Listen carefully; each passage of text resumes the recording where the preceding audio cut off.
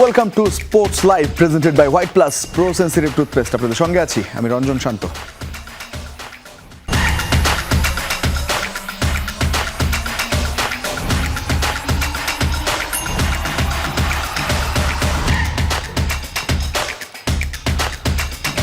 দুই বছর বয়সে বাবাকে হারান, তারপর এতিমখানা থেকে লুকিয়ে ফুটবল খেলতেন।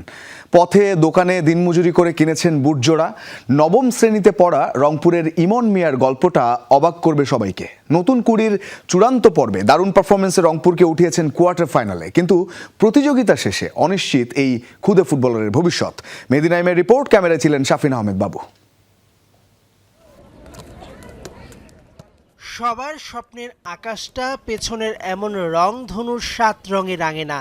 কারো কারো জীবনটা হয় ফুটবলার ইমনের মতোই একেবারেই অনিশ্চিত। মাত্র 2 বছর বয়সে বাবাকে হারানোর পরই যে নেমে পড়তে হয়েছে জীবন যুদ্ধে। আমার মা এতিমখানায় ভর্তি করে দেয়। আমি যখন ক্লাস 1-এ পড়ি তখন আমি নিজেই পাড়ায় পাড়ায় কাম করতাম। এই কাম করে করে আমি বুট কিনতাম। স্যার আমাকে অনেক বাধা করছিল, তুমি হয় এতিমখানায় থাকবা না প্র্যাকটিস করবা। মেসির বডি ডস, তারপর দীপলের সেই আপনার বডি ঘুরানো স্কিল সব ভালো লাগতো। দিনের পর দিন পথে দোকানে কাজ করে ক্ষুধা মিটিয়েছেন, আবার ফুটবলও খেলেছেন। ফুটবলটা লাইফলাইন ছিল বলেই তো নতুন কুড়ির রংপুর অঞ্চলের সেরা 11 ফুটবলারের ইমন আজ একজন।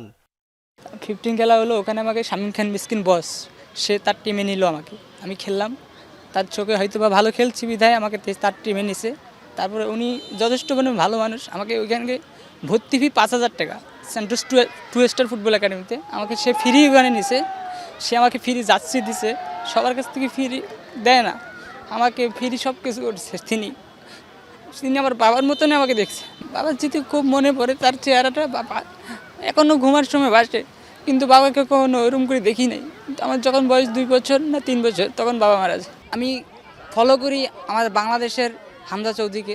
ইমনের দল চট্টগ্রাম অঞ্চলকে হারিয়ে নতুন কুড়ির চূড়ান্ত পর্বের কোয়ার্টার ফাইনালে উঠেছে। তার পারফরমেন্সও ছিল চোখে পড়ার মতো। তবে এই আসর শেষে পিতৃহীন ইমন জানেন না তার ভবিষ্যৎ।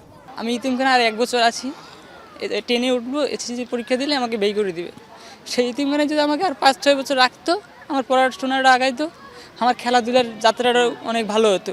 ইমনের প্রতিভায় মুগ্ধ তার উস্তাদ শামীম খান মিসকিন। পেলে, নেইমারের আতুরঘর সান্তোস ফুটবল একাডেমির নামে বাংলাদেশে একাডেমি গড়ার নেপথ্যের গল্পটাও মজার। স্যান্টোসের নাম কারণ করছে এই কারণেই যে ব্রাজিলের সব প্লেয়ার স্যান্টোসে তৈরি হয়। আমার ওইটা টার্গেট ছিল যে রংপুরে কিছু প্লেয়ার তৈরি করবো। স্ট্রং সাইড ওর বলের ওপর কন্ট্রোল, দক্ষতা অনেক বেশি, এটা সবচেয়ে ভালো। ইমনের এই চোখের জল মন ভিজিয়ে দেবে যে কারো। নতুন কুড়ির কারণেই ইমনরা সুযোগ পাচ্ছেন, কিন্তু এমন আরও অনেক প্রতিভাবানদের পরিচর্যা করার দিকে নজর দেবে কি দেশের ফুটবল কর্তারা? বিশ্বকাপ খেলার রঙিন ফানুসটা যেন উঠতে পারে ইমনদের স্বপ্নে ডানা মেলে। মেহেদী নাইম, যমুনা স্পোর্টস, ঢাকা। ইমনরাই বাংলাদেশের ভবিষ্যৎ। এই জায়গাটা অন্তত নতুন করেই একটা ধন্যবাদ পাওয়ার যোগ্য যে এরকম প্রতিভা উঠে আসছে, এবং নিশ্চয়ই সরকারও সঙ্গে থাকবেন এরকম প্রতিভাবান খেলোয়াড়দের। বিশ্বকাপের যে আলোচনা সেটা কিন্তু শেষ হয়ে যায়নি। কোটি কোটি ডলারের গোপন লেনদেন আর মার্কিন গোয়েন্দাদের হানা নিয়ে তোলপাড় ফুটবল বিশ্ব। গণমাধ্যমের খবর এসেছে নিউ ইয়র্কের জন এফ কেনেডি বিমানবন্দরে এক ঝটিকা অভিযান চালিয়ে জব্দ করা হয়েছে এএফএ প্রধান ক্লদিও তাপিয়া ও অন্যান্য শীর্ষ কর্তাদের মোবাইল ও ইলেকট্রনিক ডিভাইস। দেওয়া হয়েছে আইনি নোটিশও, তবে সব দাবিকে সম্পূর্ণ ভিত্তিহীন ও ভুয়া বলে উড়িয়ে দিয়েছে এএফএ। স্পেনের হাতে বিশ্বকাপ ওঠার মাধ্যমে শেষ হয়েছে 23তম আসরের। মাঠের লড়াই শেষ হলেও এখনও চলছে মাঠের বাইরের লড়াই। আর্জেন্টিনার বিশ্বকাপজয়ী ফুটবলের আড়ালে লুকিয়ে আছে কোটি কোটি ডলারের আর্থিক জালিয়াতি। এমন গুঞ্জনে তোলপাড় ফুটবল বিশ্ব। সরাসরি তলবে যুক্তরাষ্ট্রের এফবিআই। আন্তর্জাতিক সংবাদ মাধ্যম মার্কা থেকে শুরু করে আর্জেন্টাইন মিডিয়া, ইনফোবে ও ক্লারিনের এক খবরে ঝড় বইছে ফুটবল বিশ্বে। অভিযোগ উঠেছে নিউ ইয়র্কের জন এফ কেনেডি বিমানবন্দরে এক ঝটকা অভিযান চালায় মার্কিন গোয়েন্দা সংস্থা এফবিআই। অভিযোগের তীর খোদ এএফএ প্রধান ক্লাদিও তাপিয়া এবং অন্যান্য শীর্ষ কর্মকর্তাদের দিকে। দাবি করা হয় তাদের মোবাইল ও ইলেকট্রনিক ডিভাইস বাজেয়াপ্ত করেছে মার্কিন এজেন্টরা। শুধু তাই নয়, দেয়া হয়েছে ফ্লোরিডার সাউদার্ন ডিস্ট্রিক্ট কোর্টে তাদের হাজির হওয়ার নোটিশও। কিন্তু কেন এই এফবিআইয়ের হস্তক্ষেপ? নেপথ্যে রয়েছে ফ্লোরিডায় নিবন্ধিত বিতর্কিত প্রতিষ্ঠান ট্যুর প্রডেন্টার। প্রীতি ম্যাচ, স্পন্সরশিপ আর টিভি সত্ত্ব বিক্রির নামে কোটি কোটি ডলার নাকি জমা হয়েছে মায়ামির গোপন ব্যাংক অ্যাকাউন্টে, অথচ সেই হিসেব নেই এএফের নথিপত্রে। তবে এই খবর ছড়িয়ে পড়তেই জ্বলে উঠেছে এএফএ। সব দাবিকে সম্পূর্ণ ভিত্তিহীন ও ভুয়া বলে উড়িয়ে দিয়েছে তারা। ফেডারেশনের পরিষ্কার বার্তা, সভাপতি তাপিয়া কিংবা কোষাধ্যক্ষের কোনো ফোন জব্দ করা হয়নি, এমনকি কোনো আইনি নোটিশও আসেনি তাদের কাছে। তবে নোটিশ দেওয়া হয়েছে এক তৃতীয় পক্ষকে। এএফের দাবি মিথ্যা তথ্য ছড়িয়ে তাদের সম্মানহানি করা হচ্ছে এবং এর বিরুদ্ধে কড়া আইনি ব্যবস্থা নেওয়া হবে। মাঠের বাইরে এই হাই ভোল্টেজ ড্রামা এখন বিশ্ব ফুটবলের সবচেয়ে বড় talk of the town. Rian Rafti, Jamuna sports. বিশ্বকাপ সেমিতে ইংল্যান্ডকে হারানোর পর মালভিনাস দ্বীপপুঞ্জ আর্জেন্টিনার এমন ব্যানার প্রদর্শন করে মেসির দল। এই ঘটনার পর তেতে ওঠে ইংলিশরা। একাধিক গণমাধ্যম সহ সামাজিক যোগাযোগ মাধ্যমে দাবি উঠেছে ইপিএল থেকে রোমেরো মার্টিনেজদের বাদ দেওয়া হোক। কিন্তু আইন কি বলছে? আসলেই কি এমনটা হওয়া সম্ভব? জানাচ্ছেন হাসিনুর রহমান। ইউরোপিয়ানরা যে দ্বীপপুঞ্জকে বলে থাকে ফকল্যান্ড, আর্জেন্টাইনরা সেই দ্বীপপুঞ্জকেই বলে থাকে মালভিনাস। 1700 সালের দিকে এই দ্বীপপুঞ্জের দ্বীপগুলো 3টি দেশের দখলে ছিল, ব্রিটিশ, ফরাসি এবং স্পেনীয়। সেই সালেই ব্রিটিশ এবং ফরাসিরা চলে যায় দ্বীপপুঞ্জ থেকে এবং পুরো ফকল্যান্ড আইল্যান্ডের দখল নেয় স্পেন। 1816 সালে যখন আর্জেন্টিনাকে স্বাধীন করে দেয় স্পেন এবং সেই এলাকা ছেড়ে চলে যায়, তখন ফকল্যান্ড দ্বীপপুঞ্জ নিজেদের নিয়ন্ত্রণে নিয়ে নেয় আর্জেন্টিনা। কিন্তু 1833 সালে ব্রিটিশ আবারও নৌবাহিনী পাঠায় এবং আর্জেন্টিনার কাছ থেকে সেই আইল্যান্ডটি দখল করে নেয়। তখন থেকে শুরু মূলত ইংল্যান্ড এবং আর্জেন্টিনার দ্বন্দ্ব বা দ্বৈরথের। পরবর্তীতে 1882 সালে আর্জেন্টিনা আবারও সেনাবাহিনী পাঠিয়ে 3 মাসের জন্য দ্বীপপুঞ্জটি দখল করে রাখে। 3 মাস পরেই ব্রিটিশ নৌবাহিনী গিয়ে এক রক্তক্ষয়ী যুদ্ধের মাধ্যমে আবারও সেই দ্বীপপুঞ্জটি দখল করে নেয় এবং এখন পর্যন্ত ফকল্যান্ড আইল্যান্ড আছে ইংল্যান্ডের নিয়ন্ত্রণে। কিন্তু এই ফকল্যান্ড বা মালভিনাস আইল্যান্ড এখনও ভুলতে পারেনি আর্জেন্টাইনরা। তারা এখনও এই দ্বীপপুঞ্জটিকে নিজেদের দাবি করে আসে। সবশেষ ফিফা বিশ্বকাপের সেমিফাইনালে ইংল্যান্ডকে হারানোর পর আর্জেন্টাইন ফুটবলারদের হাতে এই ব্যানারটি নিশ্চয়ই চোখে পড়েছে আপনার, যেখানে লেখা ছিল মালভিনাস আইল্যান্ড আর্জেন্টিনা। এই ঘটনার পর তেলেবেগুনে জ্বলে ওঠে ব্রিটেনের সাধারণ মানুষ, ব্রিটিশ মিডিয়া, সামাজিক যোগাযোগ মাধ্যম, বিভিন্ন পোর্টাল থেকে শুরু করে আলোচনা শুরু হয় যে আর্জেন্টাইন যেসব ফুটবলার ইংলিশ প্রিমিয়ার লিগে খেলছে তাদের ভিসা বাতিল করে দেওয়া হোক, আর্জেন্টাইন ফুটবলারদের ইংলিশ প্রিমিয়ার লিগ থেকে নিষিদ্ধ করা হোক। কিন্তু বাস্তবতা কি বলছে? আইন কি বলে? আসলে কি এমনটা করা সম্ভব? আসলে ফুটবল মাঠে কোনো রাজনৈতিক ব্যানার প্রদর্শন করা ফিফার আইনের পরিপন্থী। এই একই কাজ করে আর্জেন্টিনা এর আগেও একবার আর্থিক জরিমানা দিয়েছে। এবার ফিফা কি করবে সেই সম্বন্ধে এখনও জানায়নি ফুটবলের নিয়ন্ত্রণ সংস্থাটি। তবে ইংলিশ মিডিয়ায় যেই আলোচনা হচ্ছে আর্জেন্টাইন ফুটবলারদের ইংল্যান্ডের ভিসা বাতিল করে দেয়া হোক, সেই বিষয়টা আসলে এখন পর্যন্ত সম্ভব নয় বা ইংল্যান্ডের আইন সেটাকে পারমিট করে না, বলছে ইংল্যান্ডের অভিবাসী আইনজীবীরা।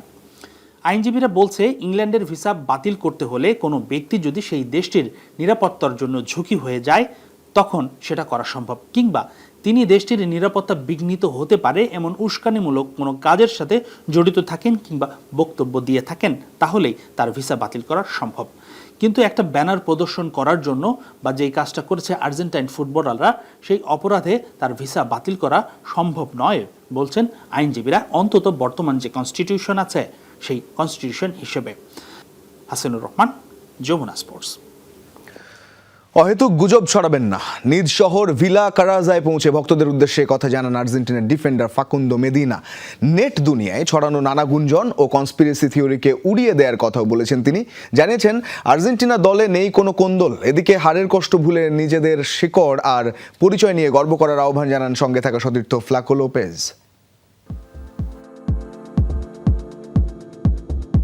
2026 বিশ্বকাপ ফাইনালে স্পেনের কাছে হাতছাড়া হয়েছে ট্রফি। সেই কষ্ট বুকে নিয়েই দেশে ফিরেছেন ফাকুন্দো মেদিনা ও ফ্লাকো লোপেজ। কিন্তু হার নিশ্চিত হওয়ার পর থেকেই সামাজিক যোগাযোগ মাধ্যমে শুরু হয় নানামুখী জল্পনা কল্পনা। প্রশ্ন ওঠে, ড্রেসিং রুমের কোন্দলের কারণেই কি হেরেছে আর্জেন্টিনা? তবে সেসব গুঞ্জন উড়িয়ে দিয়ে মেদিনা জানান দলের ভেতর কোনো কোন্দল ছিল না এবং দল সবসময় ছিল একতাবদ্ধ। অহেতুক গুজব অথবা বানিয়ে বানিয়ে গল্প ছড়াবেন না। আপনারা ছবি ও ভিডিওতে দেখেছেন আমাদের দলটি কতটা গোছানো ছিল। জীবনে ফুটবল ম্যাচের চেয়েও অনেক গুরুত্বপূর্ণ বিষয় রয়েছে। দিন শেষে আমাদের ভালো মানুষ হতে হবে। এবারের বিশ্বকাপে 5 ম্যাচ খেলা মেদিনা আরও ব্যাখ্যা করেন কেন সব খেলোয়াড় একসাথে দেশে ফেরেননি। তার মতে হারের ধাক্কা সামলাতে না পেরে অনেকেই মানসিকভাবে ভেঙে পড়েছেন। সে কারণেই তারা সরাসরি নিজ নিজ ক্লাবে অথবা অন্য জায়গায় চলে গেছেন। ভিলা কারাজার বারান্দা থেকে ভক্তদের উদ্দেশ্যে বার্তা দেন ফ্লাকো লোপেজও। হারের কষ্ট ভুলে নিজেদের শিকড় আর পরিচয় নিয়ে গর্ব করার আহ্বান জানান এই ফরওয়ার্ড। যা ঘটে গেছে তা ভুলে একটু আনন্দ ভাগ করে নিতেই এখানে আসা। আমরা কোথা থেকে উঠে এসেছি সেটা মনে রাখাটাই আমাদের সবচেয়ে বড় গর্বের বিষয়। আর্জেন্টাইন হতে পেরে আমাদের সবসময় গর্বিত হওয়া উচিত।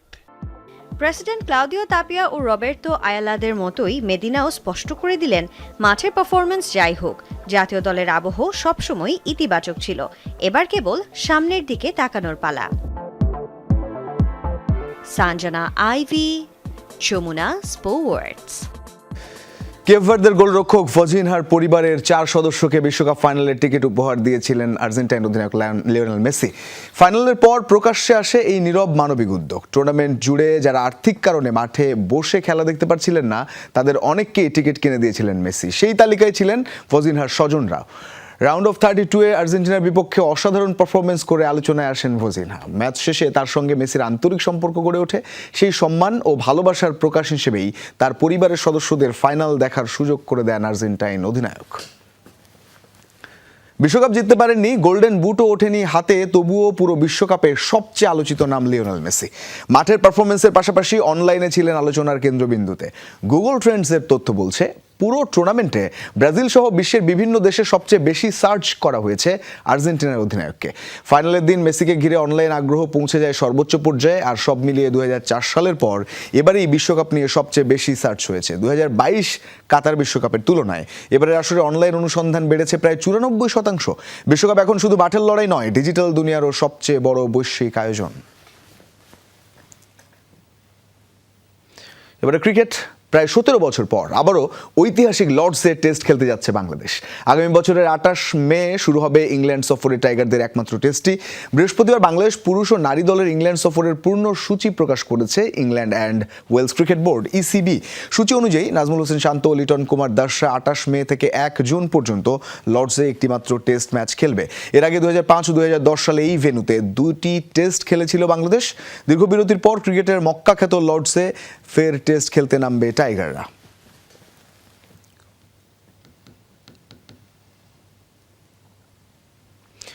এদিকে শৃঙ্খলা ভঙ্গের অভিযোগে এবার শাস্তি পেতে যাচ্ছেন জাতীয় দলের 2 ক্রিকেটার লিটন দাস ও শেখ মেহেদী।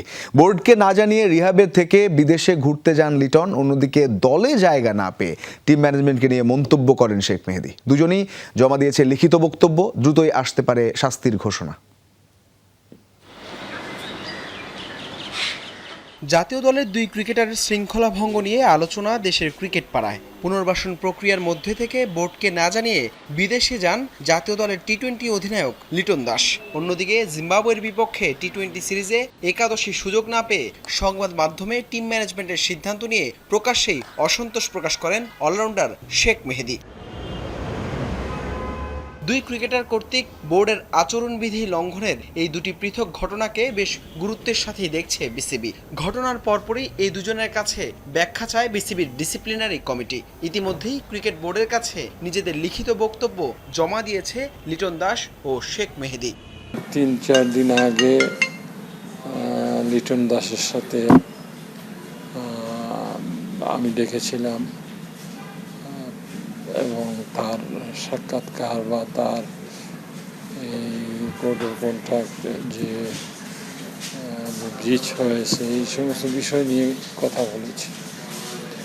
অনুরূপভাবে গতকালকে শেখ মেহেদীর সাথে আমি কথা বলেছি এবং উভয় প্লেয়ারকেই তাদের যে বক্তব্যগুলো সেই বক্তব্যগুলো শুনেছি এবং তাদের যে বক্তব্য লিখিত আকারে ক্রিকেট বোর্ডের বরাবরে এটা উপস্থাপন করতে বলেছে। দুই ক্রিকেটারই এমন ঘটনায় অনুতপ্ত। তবে বিসিবির কোড অফ কন্ডাক্ট বা আচরণবিধি অনুযায়ী ব্যবস্থা নেওয়ার কথা জানিয়েছেন ডিসিপ্লিনারি কমিটির চেয়ারম্যান। 2-1 দিনের মধ্যেই আসবে সিদ্ধান্ত, জানিয়েছেন আব্দুল কাইয়ুম চৌধুরী।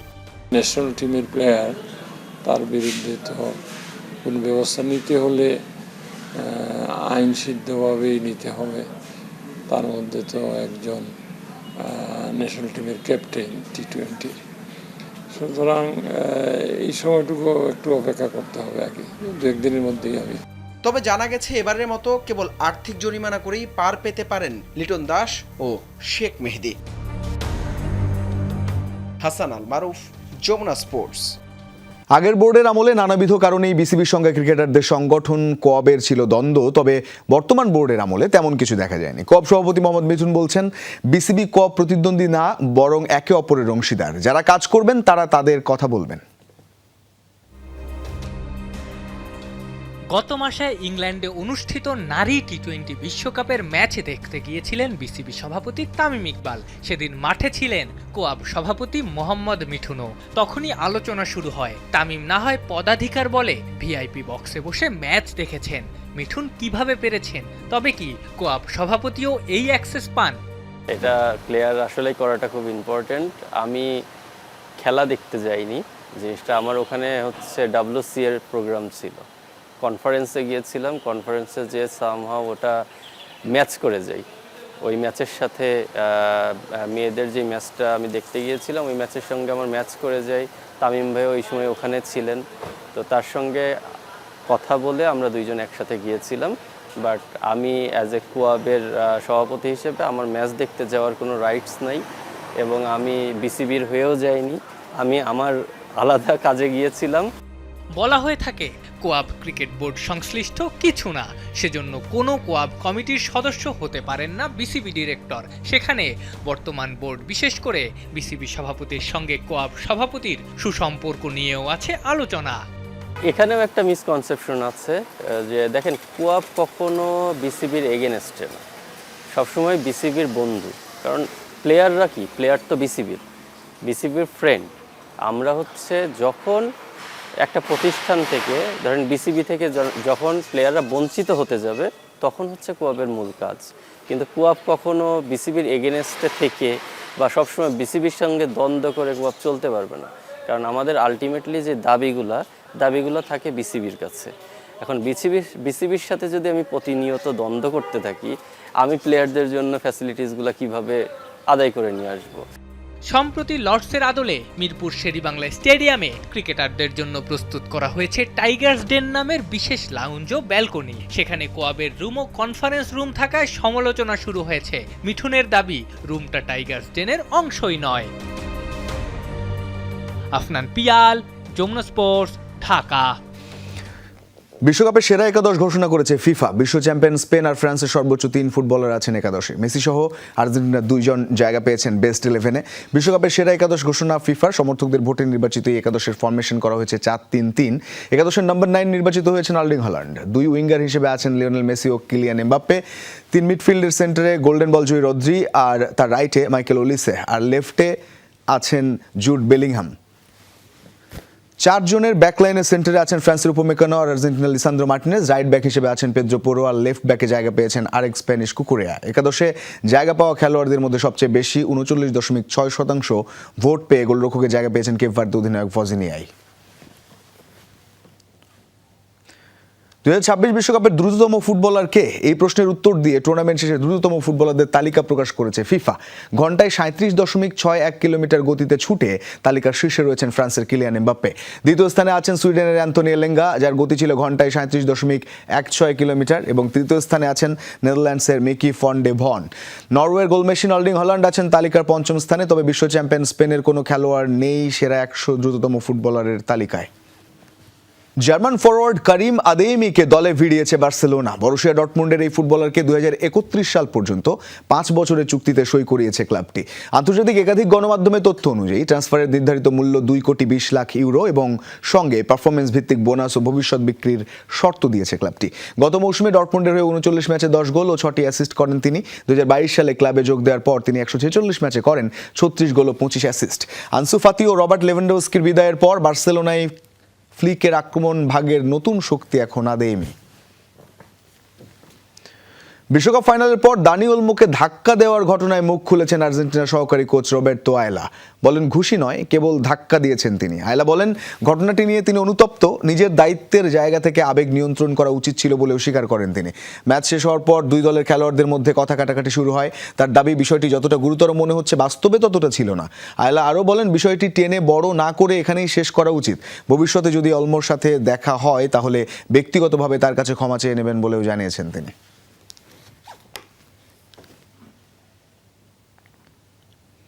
এই ছিল আজকের স্পোর্টস লাইভে। এতক্ষণ সঙ্গে থাকার জন্য ধন্যবাদ সবাইকে।